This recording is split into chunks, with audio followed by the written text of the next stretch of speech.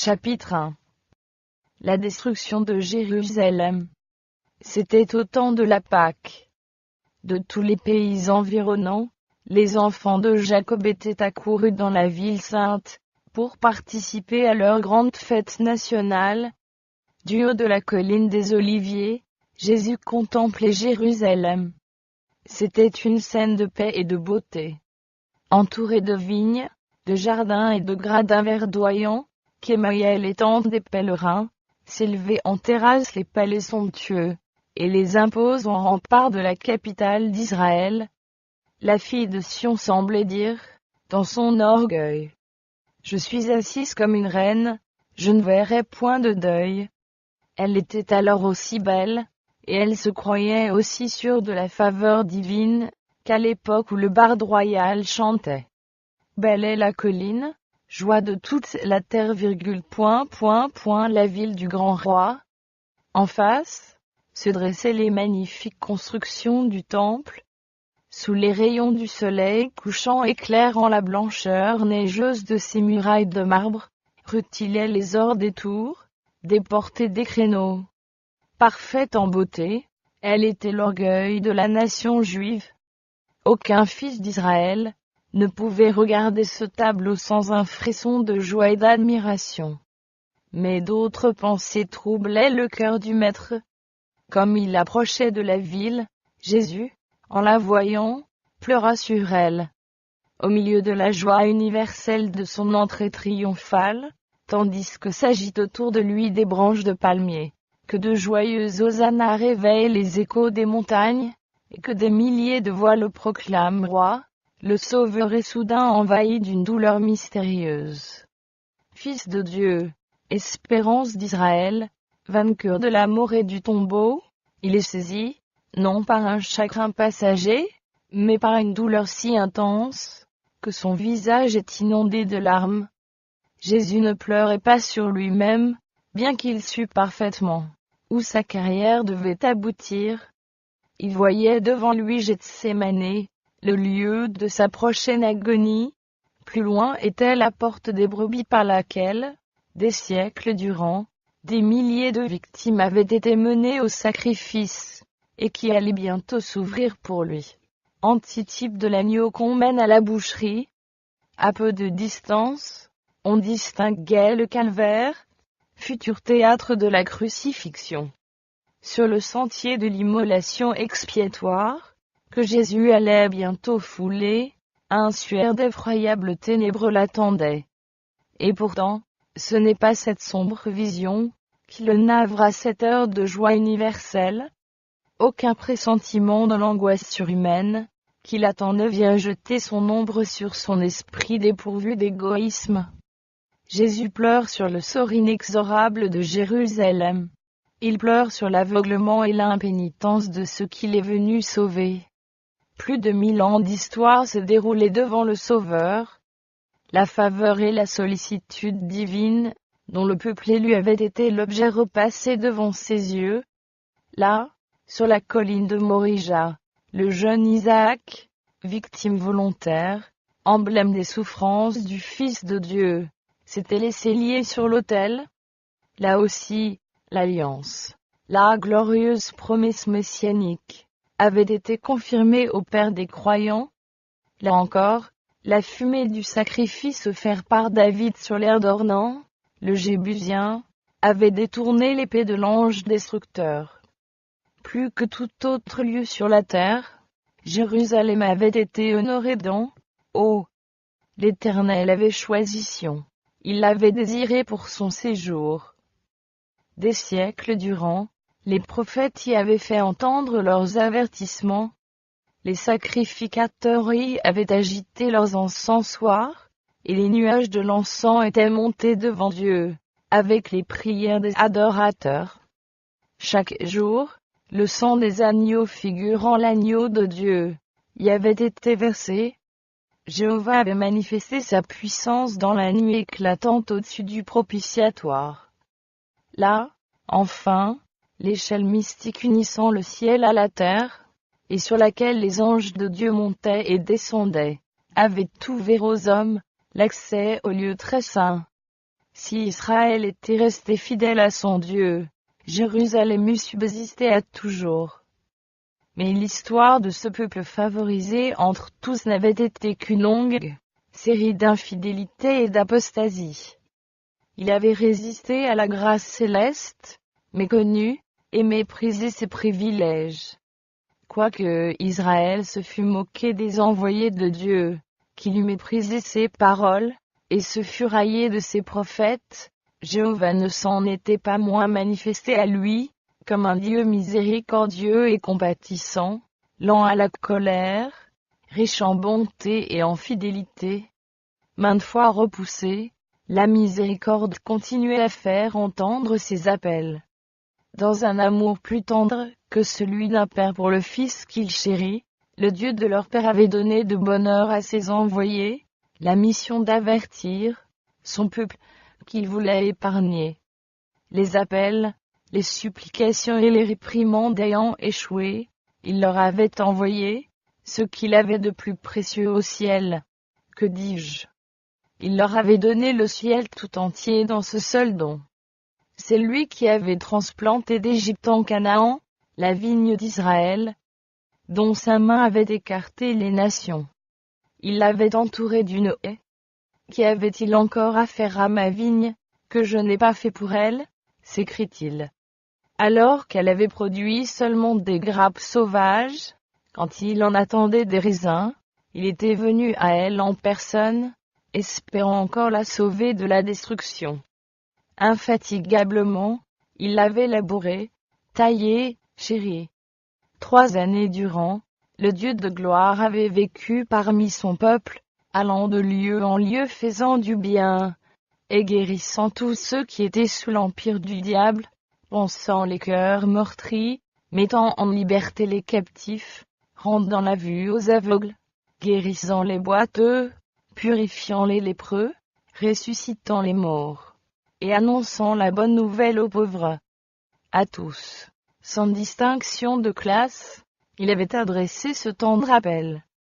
Venez à moi, vous tous qui êtes fatigués et chargés, et je vous donnerai du repos.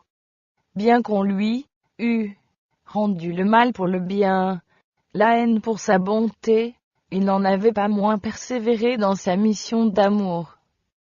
Il n'avait repoussé aucun de ceux qui recherchaient sa grâce. Errant et sans abri, repoussé et méconnu, il avait vécu pour soulager la souffrance, suppliant les hommes d'accepter le don de la vie. Les vagues de la miséricorde, repoussées par des cœurs obstinés, refluaient en ondes d'amour inexprimable. Mais Israël s'était détourné de son meilleur ami, et de son unique libérateur. Il avait dédaigné ses supplications, méprisé ses conseils et tourné en dérision ses avertissements. L'heure de la grâce et du pardon s'envolait rapidement. La coupe de la colère de Dieu, si longtemps différée, était presque pleine. Les sombres nuages, que des siècles d'apostasie et de révolte avaient accumulés, alors gros de menaces, allaient éclater sur la nation coupable. Israël rejetait celui qui seul pouvait le sauver de la ruine imminente, et se préparait à le crucifier. Quand le Sauveur sera suspendu au bois, les jours de ce peuple favorisé de Dieu seront révolus. La perte d'une âme est une calamité qui éclipse tous les gains et les trésors du monde. En contemplant Jérusalem, le Sauveur voit la perte d'une ville, d'une nation tout entière. Et quelle ville? Quelle nation? Celle qui a été l'élue de Dieu, son trésor particulier. Les prophètes s'étaient lamentés sur l'apostasie d'Israël, et sur les terribles calamités que ses péchés lui préparaient. Jérémie avait souhaité que ses yeux fussent changés en une source de larmes, pour pleurer nuit et jour.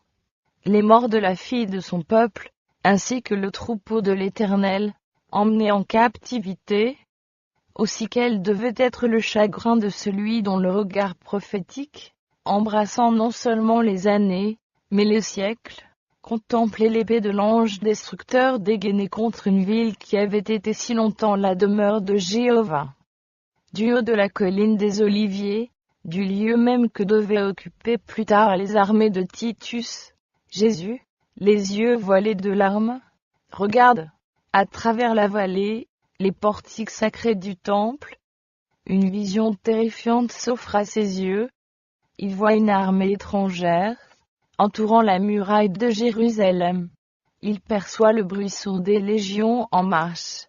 Il entend monter, de la ville assiégée, les lamentations des femmes et des enfants demandant du pain. Il assiste à l'incendie de la sainte demeure, de ses palais et de ses tours, bientôt transformés en monceaux de ruines fumantes.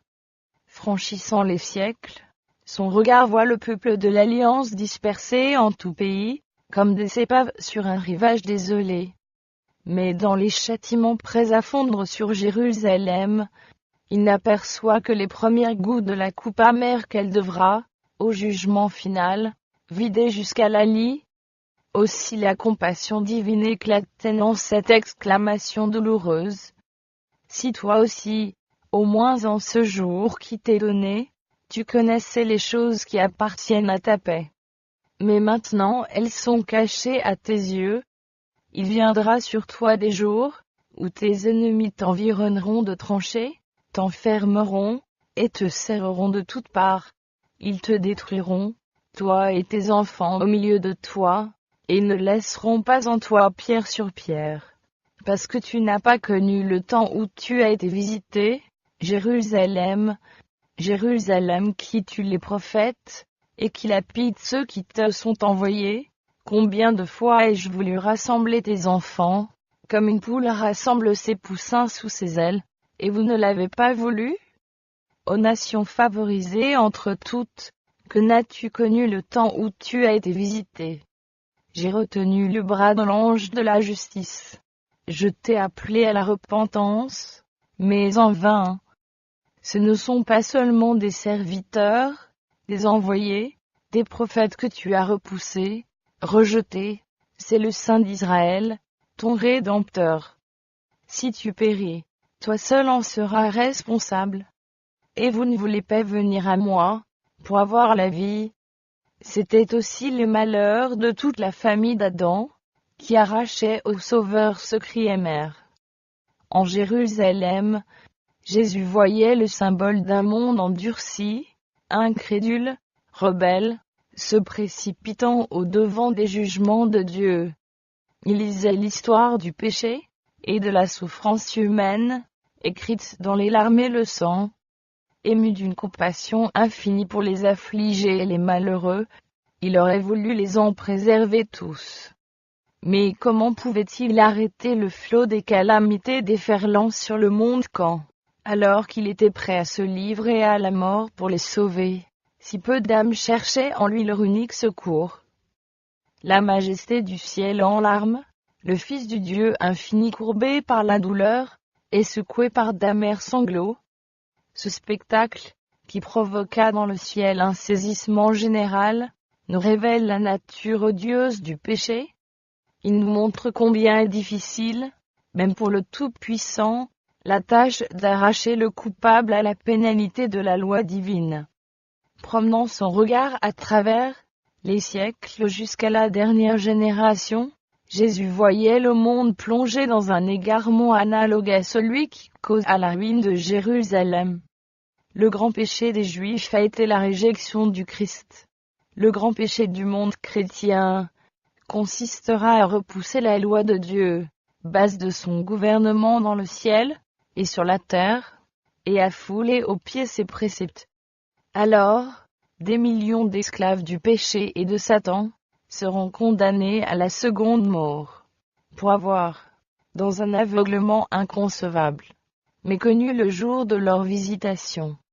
2 jours avant la Pâque, après avoir dénoncé l'hypocrisie des pharisiens, Jésus, sortant du temple pour la dernière fois, se retira de nouveau, avec ses disciples, sur le mont des Oliviers. Assis avec eux sur les pentes herbeuses dominant la cité, il contemplait une fois encore ses murailles, ses tours, ses palais. Une fois encore, il voyait l'éclatante splendeur du temple, couronnant, tel un diadème, la colline sacrée. 1000 ans auparavant, le psalmiste avait célébré la faveur que Dieu avait accordée à Israël en élisant domicile dans ses saintes demeures. Sa tente à Salem, et sa demeuration. Il préféra la tribu de Juda, la montagne de Sion qu'il aimait. Et il bâtit son sanctuaire, comme les lieux élevés. Le premier temple avait été construit au cours de la période la plus prospère de l'histoire d'Israël. David avait réuni d'immenses trésors à son intention. Dieu en avait inspiré les plans. Salomon, le plus sage des rois d'Israël, avait présidé à son érection. Ce temple était l'édifice le plus magnifique que le monde ait jamais vu. Et pourtant, parlant du second temple, par le prophète Agé, Dieu avait fait cette déclaration. La gloire de cette dernière maison sera plus grande que celle de la première. Je ferai trembler toutes les nations et le désir de toutes les nations arrivera, et je remplirai cette maison de gloire, dit l'Éternel des armées. Détruit par Nebuchadnezzar, le temple de Salomon avait été reconstruit quelques 500 ans avant Jésus-Christ, après une captivité qui avait duré une vie d'homme. Le peuple était rentré dans un pays dévasté et presque désert. Les vieillards qui avaient vu la gloire du temple de Salomon, pleurèrent à la vue des fondations du second temple, si inférieures à celles du premier. Le sentiment général était rendu par ces paroles du prophète. Quel est parmi vous, le survivant qui ait vu cette maison dans sa gloire première? Et comment la voyez-vous maintenant? Telle qu'elle est, ne paraît-elle pas, comme rien à vos yeux? Puis il énonçait la promesse selon laquelle la gloire de ce temple serait plus grande encore que celle du premier. En effet, le second temple n'avait pas égalé le premier en magnificence. Il n'avait pas été consacré, comme le premier, par les signes visibles de la présence divine. Son inauguration n'avait été marquée d'aucune manifestation surnaturelle. Aucune nuée de gloire n'avait envahi le nouveau sanctuaire. Le feu du ciel n'était pas descendu sur l'autel, pour consumer le sacrifice. La Shekinah n'avait plus résidé entre les chérubins du lieu très saint. L'arche, le propitiatoire et les tables du témoignage avaient disparu, et aucune voix céleste ne répondait plus aux sacrificateurs qui consultaient Dieu. Durant des siècles, les Juifs s'étaient vainement efforcés de démontrer comment la promesse de Dieu, faite par le prophète Agé, s'était réalisée. L'orgueil et l'incrédulité les aveuglaient sur le sens véritable des paroles du voyant. Ce qui honora le second temple, ce ne fut pas la nuée glorieuse de Jéhovah, mais la présence personnelle de celui en qui habitait corporellement toute la plénitude de la divinité. C'était Dieu manifesté en chair. C'est quand le Nazaréen avait enseigné et guéri dans ses parvis sacrés, que le désir de toutes les nations était entré dans son temple. C'est par la présence de Jésus, et par cette présence seule, que la gloire du second temple surpassa celle du premier. Mais Israël avait dédaigné le don du ciel, et, quand l'humble docteur avait franchi le seuil de la porte d'or ce jour-là, la gloire avait abandonné le temple à tout jamais. Déjà ces paroles du Sauveur s'étaient accomplies. Voici, votre maison vous sera laissée déserte. Effarés et consternés à l'ouïe de prédiction du Sauveur touchant la destruction du temple, les disciples voulurent comprendre plus parfaitement le sens de ces paroles. Pendant 40 ans, les travaux, l'argent, le génie des architectes, rien n'avait été épargné pour rendre cet édifice à sa splendeur première. Hérode le Grand y avait consacré les richesses des Romains, et celles de la Judée. L'empereur lui-même l'avait comblé de ses dons. Des blocs de marbre blanc de dimensions presque fabuleuses, envoyés de Rome, faisaient partie de ses murailles. C'est sur ces puissantes structures que les disciples, réunis autour du maître, appelèrent son attention en ces termes. « Maître, regarde, quelle pierre, Et quelle construction! Jésus répondit par cette parole saisissante. Je vous le dis en vérité, il ne restera pas ici pierre sur pierre qui ne soit renversée. Pour les disciples, la destruction de Jérusalem ne pouvait s'accomplir que lors de l'inauguration du règne universel, personnel et glorieux du Messie, pour punir les Juifs impénitents et briser le joug des Romains. Et comme Jésus leur avait déclaré qu'il viendrait une seconde fois, leur pensée, à la mention de la ruine de Jérusalem, se reporta sur cette seconde venue. De là, cette triple question qu'ils lui posèrent sur la colline des Oliviers. Dis-nous, quand cela arrivera-t-il, et quel sera le signe de ton événement et de la fin du monde? Jésus leur donna une esquisse des événements les plus saillants qui devaient survenir, avant la fin des temps. Ces prédictions, qui ne furent pas alors pleinement comprises, étaient destinées à devenir de plus en plus intelligibles au peuple de Dieu à mesure que le besoin s'en ferait sentir. L'avenir était miséricordieusement voilé aux disciples. S'ils avaient alors nettement saisi la portée de ces deux événements sinistres, le supplice et la mort du Sauveur, ainsi que la destruction de Jérusalem et du Temple, ils auraient été glacés d'horreur. Or, la prophétie du Maître avait un double sens. Elle annonçait à la fois la destruction de Jérusalem et les terreurs du grand jour final. Aux disciples attentifs, Jésus annonce les calamités qui vont fondre sur Israël apostat, en particulier parce qu'il rejette le Messie, et qu'il se prépare à le crucifier. Des signes indiscutables devront annoncer cette catastrophe terrible et soudaine. Aussi le Sauveur donne-t-il à ses disciples cet avertissement. C'est pourquoi, lorsque vous verrez l'abomination de la désolation, dont a parlé le prophète Daniel, établi en lieu saint, que celui qui y est fasse attention. Alors, que ceux qui seront en Judée fuient dans les montagnes. Dès que les étendards des Romains se dresseront dans l'enceinte sacrée, qui s'étend à quelque distance des murailles de la ville sainte, les chrétiens devront chercher leur salut dans la fuite. Aussitôt que les signes paraîtront, qu'on se trouve dans la Judée ou à Jérusalem, il faudra partir sans délai. Celui qui se trouvera au haut de la maison ne devra pas s'aviser d'y rentrer, pour emporter ses objets de prix. Ceux qui travailleront dans les champs ou les vignes ne devront pas revenir sur leur pain, pour prendre le vêtement déposé durant la chaleur du jour. Ceux qui voudront échapper à la destruction générale n'auront pas un instant à perdre. Sous le règne d'Hérode, Jérusalem avait été non seulement embellie, mais on y avait construit des murailles, des tours et des forteresses qui, jointes à sa situation exceptionnelle, l'avaient rendue apparemment imprenable. Celui qui, au temps du Christ, aurait publiquement annoncé sa ruine, aurait été pris, comme Noé, pour un alarmiste ou un détraqué. Or, Jésus avait dit, « Le ciel et la terre passeront, mais mes paroles ne passeront point. » La colère de Dieu s'était enflammée contre Jérusalem à cause de ses péchés. Son incrédulité obstinée rendait sa perte inévitable.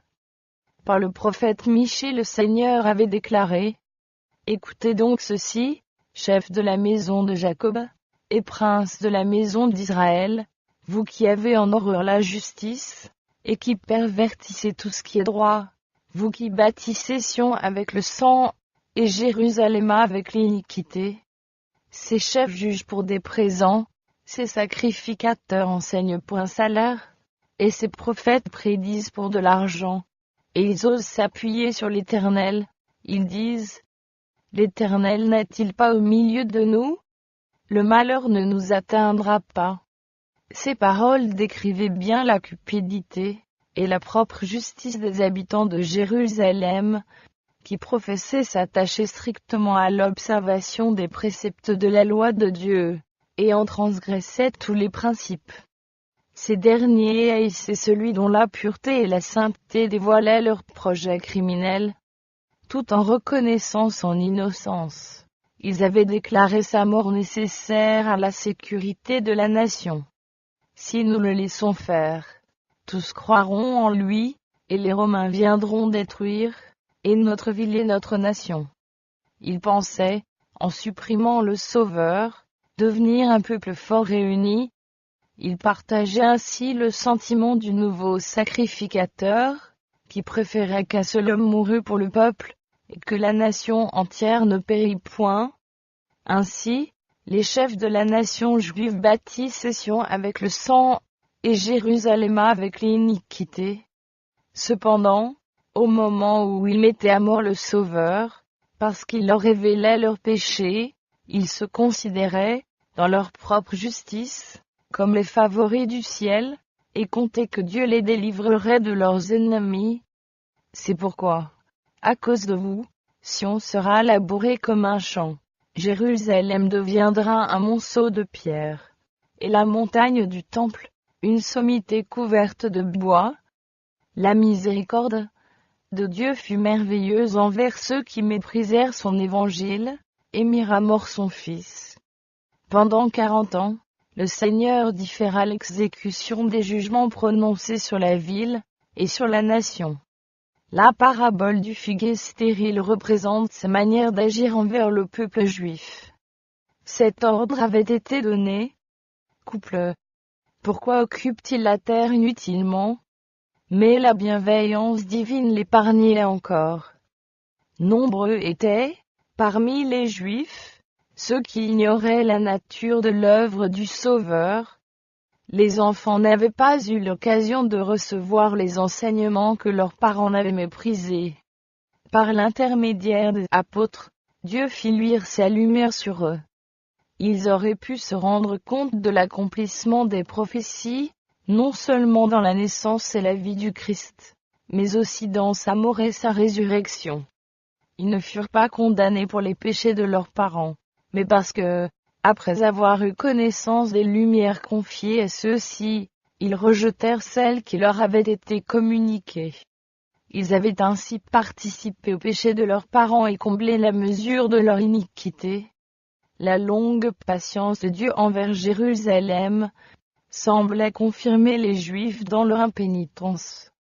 Par leur haine et leur cruauté envers les disciples de Jésus, ils rejetèrent le dernier appel de la miséricorde. Aussi Dieu leur retira-t-il sa protection, et les abandonna-t-il à Satan, et à ses anges. La nation fut livrée entre les mains du chef, qu'elle s'était choisi. Les Juifs avaient dédaigné la grâce de celui qui leur eût assuré la victoire sur les mauvais penchants, qui étaient devenus leurs maîtres. Livrés à la violence de leur passion, ils ne raisonnaient plus. Esclaves des emportements d'une fureur aveugle, ces malheureux se livrent à des actes d'une cruauté satanique. Dans la famille, comme dans l'État, dans les classes élevées comme dans le bas peuple, on ne rencontra que suspicion, envie, haine, discorde et assassinat. Il n'y avait de sécurité nulle part. Amis et intimes se trahissaient mutuellement. Les parents tuaient leurs enfants, et les enfants tuaient leurs parents. Les chefs n'avaient aucun empire sur eux-mêmes. Leurs passions indomptées en faisaient des tyrans. Les Juifs avaient accepté de faux témoignages contre le Fils de Dieu, et maintenant leur vie était constamment menacée par des délateurs. Depuis longtemps, ils avaient dit par leurs actes: éloignez de notre présence le Saint d'Israël. Leurs vœux étaient accomplis. La crainte de Dieu ne les retenait plus. Satan, maître des autorités civiles et religieuses, était à la tête de la nation. Parfois, les chefs des factions ennemies s'entendaient, pour piller et torturer leurs malheureuses victimes, puis ils en venaient eux-mêmes, et s'entr'égorger sans miséricorde. La sainteté même du temple ne mettait aucun frein à leur férocité. Les adorateurs étaient mis à mort devant l'autel, et le sanctuaire était souillé de cadavres. Néanmoins, dans leur présomption aveugle et blasphématoire, Les instigateurs de cette œuvre infernale déclaraient hautement qu'ils étaient sans inquiétude sur le sort de Jérusalem, puisqu'elle était la ville de Dieu. Pour affermir leur autorité, ils subornèrent de faux prophètes qui, au moment même où les légions romaines assiégeaient le temple, proclamèrent que la délivrance divine était imminente. Jusqu'à la fin, la foule demeura convaincue que Dieu interviendrait pour confondre les Romains. Mais Israël avait méprisé la protection du ciel, et se trouvait maintenant sans défense. Malheureuse Jérusalem! Déchirée par les factions, elle voyait ses rues arrosées du sang de ses enfants massacrés par ses propres mains, tandis que des armées ennemies abattaient ses fortifications, et décimaient ses hommes de guerre. Toutes les prédictions de Jésus relatives à la ruine de Jérusalem s'accomplissaient à la lettre.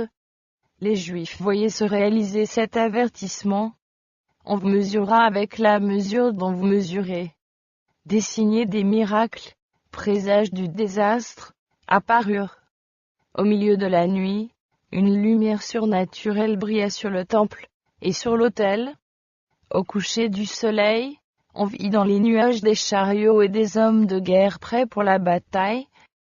Des sacrificateurs qui officiaient de nuit dans le sanctuaire, furent terrifiés par des bruits mystérieux. Le sol trembla, et on entendit de nombreuses voix qui disaient « Partons d'ici !» À minuit, la porte orientale, si lourde que 20 hommes pouvaient à peine la faire tourner sur ses gonds, et fermée par de puissantes barres solidement fixées dans des pierres massives, s'ouvrit d'elle-même. Cette année durant, on entendit un homme annoncer dans les rues de Jérusalem les malheurs qui allaient fondre sur la ville. Jour et nuit, on l'entendait répéter « Voix du côté de l'Orient, voix du côté de l'Occident, voix du côté des 4 vents, voix contre Jérusalem et contre le temple, voix contre les époux et les épouses, voix contre le peuple. » Cet être étrange fut emprisonné et battu de verges, mais jamais une plainte ne s'échappa de ses lèvres. Sa seule réponse aux injures et au mauvais traitement était « Malheur, malheur à Jérusalem. Malheur, malheur à ses habitants. » Il ne cessa de faire entendre ces avertissements, que lorsqu'il fut tué au cours du siège qu'il avait annoncé, aucun chrétien ne périt dans la ruine de Jérusalem. Les disciples, qui avaient été avertis, furent attentifs aux signes promis. Lorsque vous verrez Jérusalem investie par des armées, avait dit Jésus, sachez alors que sa désolation est proche. Alors, que ceux qui seront en Judée fuient dans les montagnes, que ceux qui seront au milieu de Jérusalem en sortent, et que ceux qui seront dans les champs n'entrent pas dans la ville. Une armée romaine, placée sous la conduite de Cassius Gallus, avait investi Jérusalem. À peine arrivée, alors que tout semblait favoriser une attaque immédiate, elle levait le siège. Les assiégés, désespérant du succès, parlaient déjà de se rendre, quand le général romain battit en retraite sans la moindre raison apparente. Dieu, dans sa miséricorde, dirigeait les événements pour le bien de son peuple. Le signe promis avait paru, et l'occasion était donnée aux chrétiens sur le qui-vive, et à tous ceux qui le voulaient d'obéir à l'ordre du Seigneur. Les choses tournèrent de telle façon que ni les Juifs, ni les Romains ne s'opposèrent à leur fuite. Voyant que l'armée se retirait, les Juifs, sortant hors des murs de Jérusalem, se précipitèrent à sa poursuite, ce qui donna aux chrétiens l'occasion de quitter la ville.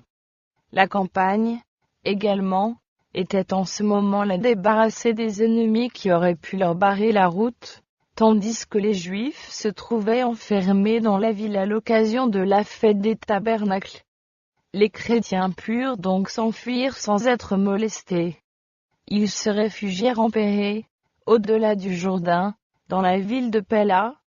Les forces juives qui s'étaient jetées à la poursuite de Cassius attaquèrent son arrière-garde, avec tant d'impétuosité, lorsqu'elle fut menacée d'une complète destruction. Elles rentrèrent triomphalement à Jérusalem, chargées de butin, et n'ayant essuyé que des pertes légères. Mais cet apparent succès les servit mal. Il leur inspira un esprit de résistance obstiné qui, lorsque Titus en reprit le siège, attira sur la ville des maux indescriptibles. Jérusalem avait été investie durant la Pâque, alors qu'une multitude de Juifs se trouvait dans ses murs. Distribuées avec sagesse, les provisions auraient pu suffire des années durant. Elles furent détruites par les factions rivales des défenseurs, et bientôt les habitants se trouvèrent réduits à une horrible famine. Plusieurs rongeaient le cuir de leurs ceintures, de leurs sandales et de leurs boucliers. Une mesure de blé se vendait à un talent. Nombre de gens se glissaient, la nuit, hors des murailles, pour aller chercher quelques plantes sauvages à manger. Les uns étaient capturés et livrés à la torture, tandis que ceux qui réussissaient à rentrer dans la ville étaient souvent dépouillés des provisions qu'ils avaient si chèrement obtenues. Les chefs infligeaient les traitements les plus inhumains aux personnes qu'ils soupçonnaient de détenir quelque aliment. Souvent, bien nourris eux-mêmes, ils visaient à se faire des réserves pour l'avenir. Des milliers périssaient par la famine et par la peste. Les affections naturelles semblaient éteintes.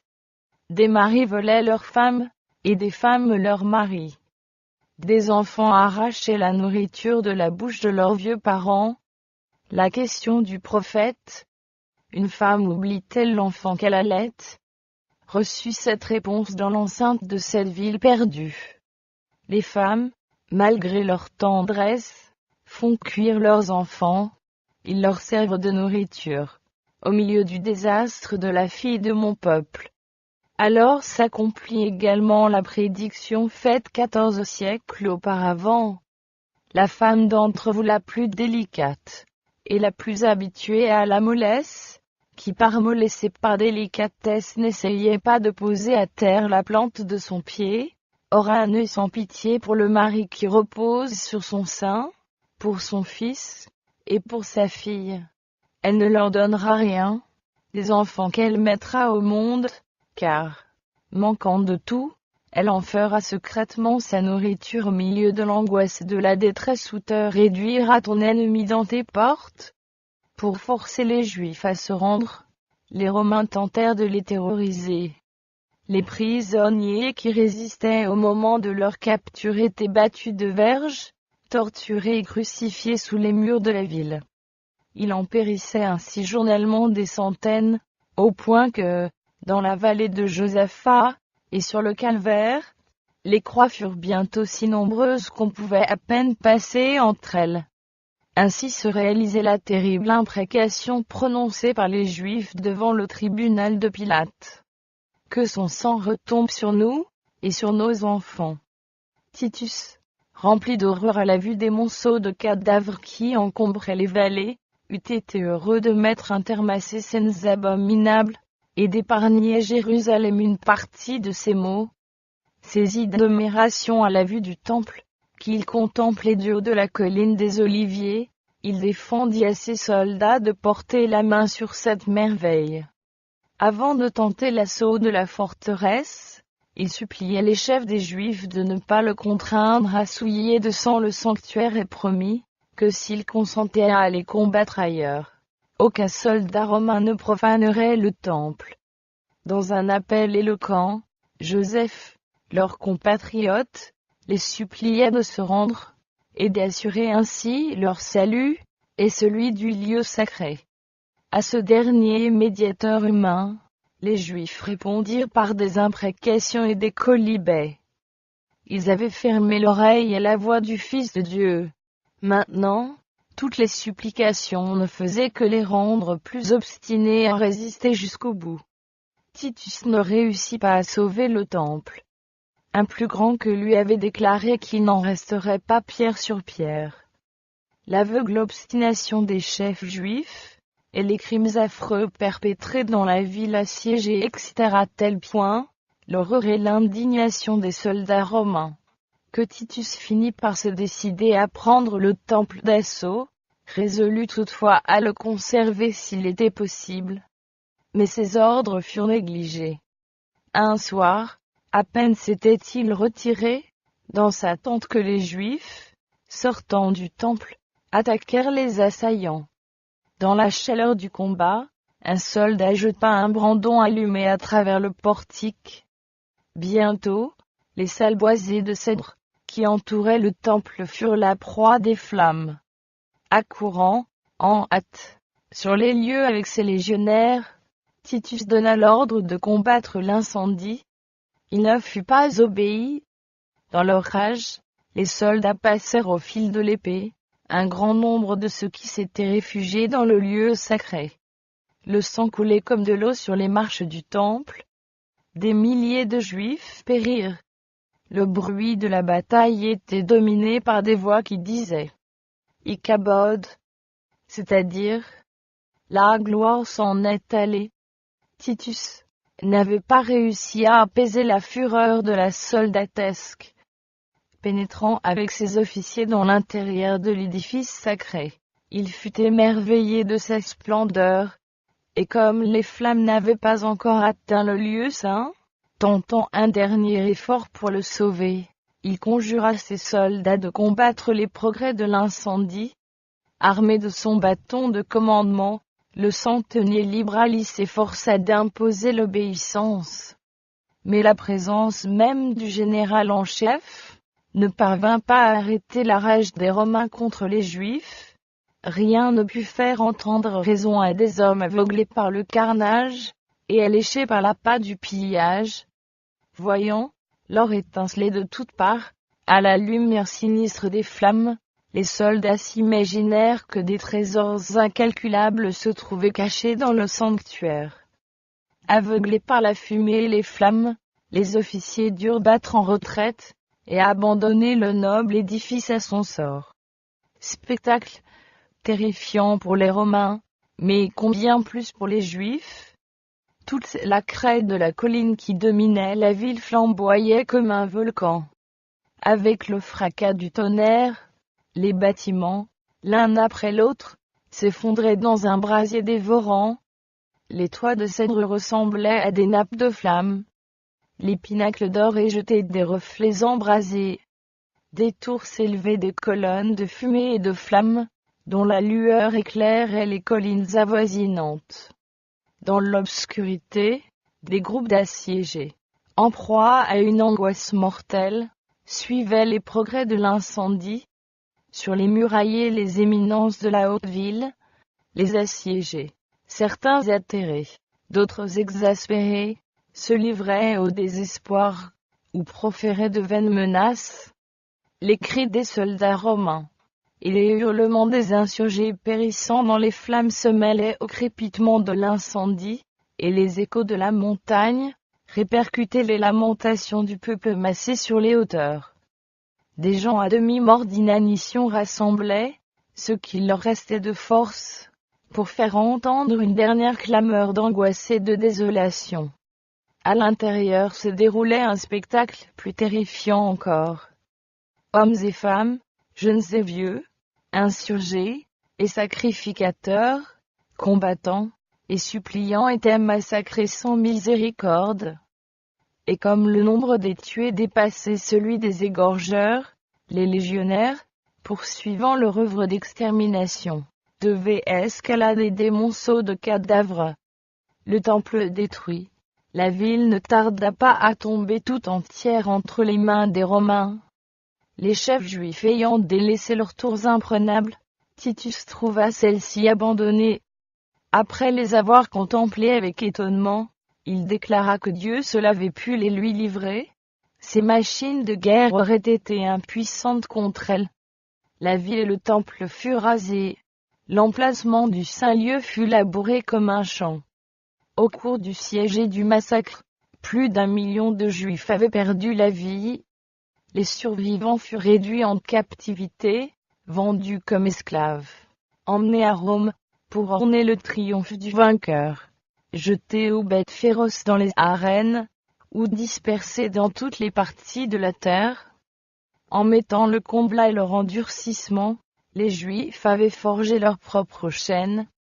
La destruction de leur nation et tous les maux qui suivirent leur dispersion ne furent que le fruit de leurs œuvres. Le prophète l'avait dit. Ce qui cause ta ruine, Israël, c'est que tu as été contre moi, car tu es tombé par ton iniquité. Maints auteurs citent les souffrances du peuple juif, comme l'accomplissement d'un décret divin. Par cette erreur, le grand séducteur s'efforce de masquer son œuvre. C'est à cause de leur mépris obstiné de la miséricorde et de l'amour divin, que les Juifs s'étaient aliénés la protection du ciel, et que Satan avait pu les dominer. Les cruautés inouïes dont ils se rendirent coupables durant le siège de Jérusalem, démontrent la façon dont Satan traite ceux qui se soumettent à lui. Nous comprenons peu combien nous sommes redevables au Seigneur de la paix et de la protection dont nous jouissons. C'est la puissance de Dieu qui préserve l'humanité de tomber entièrement entre les mains de Satan. Les désobéissants et les ingrats feraient bien de le remercier de la patience et de la miséricorde, avec lesquelles il tient en échec la cruauté du malin. C'est lorsqu'on dépasse les bornes de sa longanimité, qu'il retire sa protection. Ce n'est pas Dieu qui exécute la sentence qui suit la transgression. Ils se bornent à abandonner à eux-mêmes les contempteurs de sa grâce, qui récoltent alors la moisson de leur semaille. Tout rayon de lumière rejeté, tout avertissement méprisé, toute mauvaise passion caressée, en un mot, toute transgression de la loi de Dieu, est une semence qui porte sûrement ses fruits. L'Esprit de Dieu finit par abandonner le pécheur impénitent, et le laisse désarmé devant ses propres passions, comme devant l'inimitié et la malignité de Satan. La destruction de Jérusalem est un avertissement solennel à l'adresse de tous ceux qui restent sourds aux offres de la grâce divine, et qui résistent aux tendres appels de sa miséricorde. Jamais on ne vit témoignage plus décisif de la haine de Dieu pour le péché, et de la certitude du châtiment qui fondra un jour sur les coupables. La prophétie du Seigneur touchant Jérusalem doit avoir un autre accomplissement, dont ce néfaste événement n'est qu'une pâle image. Dans le triste sort de la cité élue, il faut lire ce qui arrivera à une monde qui a rejeté la miséricorde de Dieu et foulé aux pieds sa loi. Sombre est le tableau des souffrances, dont notre terre a été le témoin au cours de ces longs siècles de crimes. À contempler les conséquences de la réjection de l'autorité du ciel, le cœur se serre, et l'esprit se trouble. Mais une scène plus lugubre encore est cachée dans l'avenir. La longue procession de tumultes, de conflits, de révolutions dont les annales du passé sont faites et peu de choses en regardent les terreurs du jour de Dieu, jour où l'esprit, renonçant à son rôle protecteur, abandonnera entièrement les pécheurs à l'explosion des passions et de la fureur humaine et diabolique. Alors, comme jamais auparavant, le monde contemplera les résultats du règne de Satan. En ce jour-là, comme lors de la destruction de Jérusalem, le peuple de Dieu, tous ceux qui se trouveront inscrits dans le livre seront délivrés. Jésus l'a promis. Il reviendra pour prendre les siens avec lui. Toutes les tribus de la terre se lamenteront, et elles verront le Fils de l'homme venant sur les nuées du ciel avec puissance et une grande gloire. Il enverra ses anges avec la trompette retentissante, et ils rassembleront ses élus des 4 vents, depuis une extrémité des cieux, jusqu'à l'autre. Alors, ceux qui ne connaissent pas Dieu, et ceux qui n'obéissent pas à l'Évangile, seront détruits par le souffle de sa bouche, et anéantis par l'éclat de son avènement. Comme l'ancien Israël, les méchants se détruisent eux-mêmes. Ils sont victimes de leur iniquité. Une vie de péché les aura tellement éloignés de Dieu et dégradés, que la manifestation de sa gloire sera pour eux un feu consumant. Prenons garde de ne pas négliger l'enseignement contenu dans les paroles du Sauveur. de même que Jésus avertit ses disciples de la destruction de Jérusalem, et que, pour leur permettre d'y échapper, il leur en annonça les présages certains, il a aussi averti le monde de sa destruction. Il nous a donné des signes de l'approche de ce grand jour, afin que tous ceux qui le veulent puissent échapper à la colère à venir. Il y aura, dit Jésus, des signes dans le soleil, dans la lune, et dans les étoiles, et sur la terre, il y aura de l'angoisse chez les nations qui ne sauront que faire, au bruit de la mer et des flots. Il a voulu que les témoins des signes avant-coureurs de sa venue sachent qu'elle est proche, à la porte. Veillez donc. Telle est son exhortation. Ceux qui prennent garde à cet avertissement ne seront pas laissés dans les ténèbres, pour que ce jour-là les prenne au dépourvu. Mais pour ceux qui ne veillent pas, le jour du Seigneur viendra comme un voleur dans la nuit. Le monde aujourd'hui n'est pas mieux préparé à recevoir le message pour notre temps, que les Juifs ne le furent à accueillir l'avertissement du Sauveur concernant Jérusalem. À quelque moment qu'il survienne, le jour du Seigneur prendra les méchants au dépourvu. La vie suivra son cours ordinaire. Les hommes seront absorbés par leurs affaires, par leur commerce, et par l'amour de l'argent. Les conducteurs de la pensée religieuse exalteront les progrès et les lumières du siècle, et les masses seront bercées dans une fausse sécurité. Alors, tel un voleur, qui pénètre à minuit dans une demeure mal gardée, une ruine soudaine surprendra les inconscients et les impies. Chapitre 1.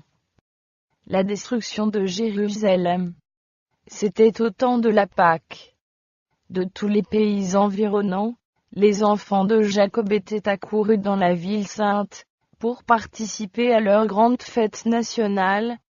Du haut de la colline des Oliviers, Jésus contemplait Jérusalem. C'était une scène de paix et de beauté.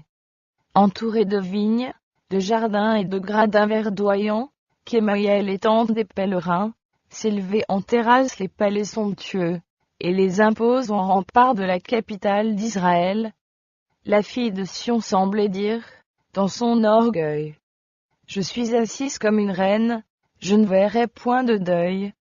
Elle était alors aussi belle, et elle se croyait aussi sûre de la faveur divine, qu'à l'époque où le barde royal chantait. Belle est la colline, joie de toute la terre, la ville du grand roi. En face, se dressaient les magnifiques constructions du temple. Sous les rayons du soleil couchant éclairant la blancheur neigeuse de ses murailles de marbre, rutilaient les ors des tours, des portes et des créneaux. Parfaite en beauté, elle était l'orgueil de la nation juive. Aucun fils d'Israël ne pouvait regarder ce tableau sans un frisson de joie et d'admiration. Mais d'autres pensées troublaient le cœur du maître. Comme il approchait de la ville, Jésus, en la voyant, pleura sur elle. Au milieu de la joie universelle de son entrée triomphale, tandis que s'agitent autour de lui des branches de palmier, que de joyeux hosannas réveillent les échos des montagnes, et que des milliers de voix le proclament roi, le Sauveur est soudain envahi d'une douleur mystérieuse. Fils de Dieu, espérance d'Israël, vainqueur de la mort et du tombeau, il est saisi, non par un chagrin passager, mais par une douleur si intense, que son visage est inondé de larmes. Jésus ne pleurait pas sur lui-même, bien qu'il sût parfaitement où sa carrière devait aboutir. Il voyait devant lui Gethsémanée, le lieu de sa prochaine agonie. Plus loin était la porte des brebis par laquelle, des siècles durant, des milliers de victimes avaient été menées au sacrifice, et qui allait bientôt s'ouvrir pour lui. Antitype de l'agneau qu'on mène à la boucherie. À peu de distance, on distinguait le calvaire, futur théâtre de la crucifixion. Sur le sentier de l'immolation expiatoire, que Jésus allait bientôt fouler, un suaire d'effroyables ténèbres l'attendait. Et pourtant, ce n'est pas cette sombre vision, qui le navre à cette heure de joie universelle. Aucun pressentiment de l'angoisse surhumaine, qui l'attend ne vient jeter son ombre sur son esprit dépourvu d'égoïsme. Jésus pleure sur le sort inexorable de Jérusalem. Il pleure sur l'aveuglement et l'impénitence de ceux qu'il est venu sauver. Plus de 1000 ans d'histoire se déroulaient devant le Sauveur. La faveur et la sollicitude divine, dont le peuple élu avait été l'objet, repassaient devant ses yeux. Là, sur la colline de Morija, le jeune Isaac, victime volontaire, emblème des souffrances du Fils de Dieu, s'était laissé lier sur l'autel. Là aussi, l'alliance, la glorieuse promesse messianique, avait été confirmée au Père des croyants. Là encore, la fumée du sacrifice offert par David sur l'air d'Ornan, le Jébusien, avait détourné l'épée de l'ange destructeur. Plus que tout autre lieu sur la terre, Jérusalem tournait en dérision ces avertissements. L'heure de la grâce et du pardon s'envolait rapidement. La coupe de la colère de Dieu, si longtemps différée, était presque pleine. Les sombres nuages, que des siècles d'apostasie et de révolte avaient accumulés, alors gros de menaces, allaient éclater sur la nation coupable. Israël rejetait celui qui seul pouvait le sauver de la ruine imminente, et se préparait à le crucifier. Quand le Sauveur sera suspendu au bois, les jours de ce peuple favorisé de Dieu seront révolus. La perte d'une âme est une calamité qui éclipse tous les gains et les trésors du monde. En contemplant Jérusalem, le Sauveur voit la perte d'une ville, d'une nation tout entière. Et quelle ville? Quelle nation? Celle qui a été l'élue de Dieu, son trésor particulier. Les prophètes s'étaient lamentés sur l'apostasie d'Israël, et sur les terribles calamités que ses péchés lui préparaient. Jérémie avait souhaité que ses yeux fussent changés en une source de larmes, pour pleurer nuit et jour. Les morts de la fille de son peuple, ainsi que le troupeau de l'Éternel, emmené en captivité, aussi quel devait être le chagrin de celui dont le regard prophétique, embrassant non seulement les années, mais les siècles, contemplait l'épée de l'ange destructeur dégainée contre une ville qui avait été si longtemps la demeure de Jéhovah. Du haut de la colline des Oliviers, du lieu même que devaient occuper plus tard les armées de Titus, Jésus, les yeux voilés de larmes, regarde, à travers la vallée, les portiques sacrés du temple. Une vision terrifiante s'offre à ses yeux. Il voit une armée étrangère, entourant la muraille de... Il leur avait donné le ciel tout entier dans ce seul don. C'est lui qui avait transplanté d'Égypte en Canaan, la vigne d'Israël, dont sa main avait écarté les nations. Il l'avait entourée d'une haie.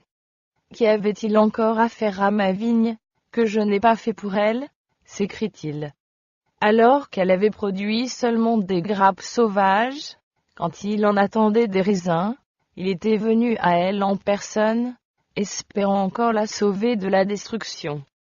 Infatigablement, il l'avait labourée, taillée, chérie.